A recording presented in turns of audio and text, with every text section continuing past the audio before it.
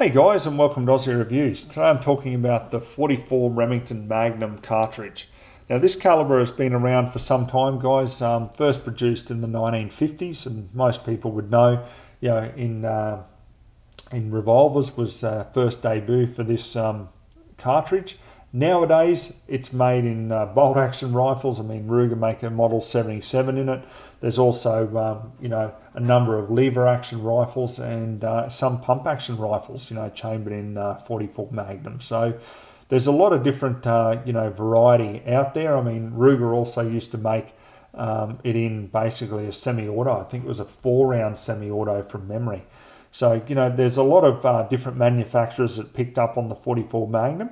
But in this series, guys, it's designed to just give you a brief rundown of various different calibers and talk about, them from my experience of using them in the field to what I feel personally are pros and cons. So, I hope you enjoy the series. It's certainly been quite popular. So please give it a thumbs up, if you do like these, and I'll get more done in the future.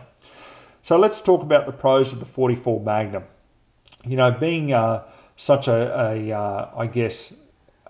caliber that can offer very heavy projectile weight, it does have some good knockdown, on heavy game at shorter distances. Okay, so why I say that is because, this here is the 240 grain jacketed hollow point round. So this is a fairly sort of common or standard round for the 44 Magnum. You can go higher. You can also get lighter, like 180, 200 grain projectile weight.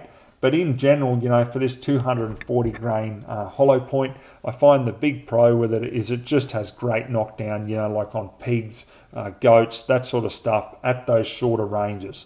What I mean there, guys, is around about that 100 yards, okay? So 75 to 125 yards is a hunting distance for me.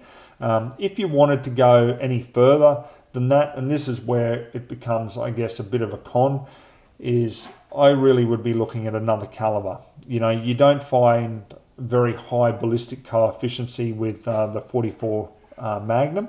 So, if you are trying to shoot out at longer ranges, like, 200 yards or so, I really wouldn't be doing it, or I wouldn't be choosing to do it with the 44 Magnum.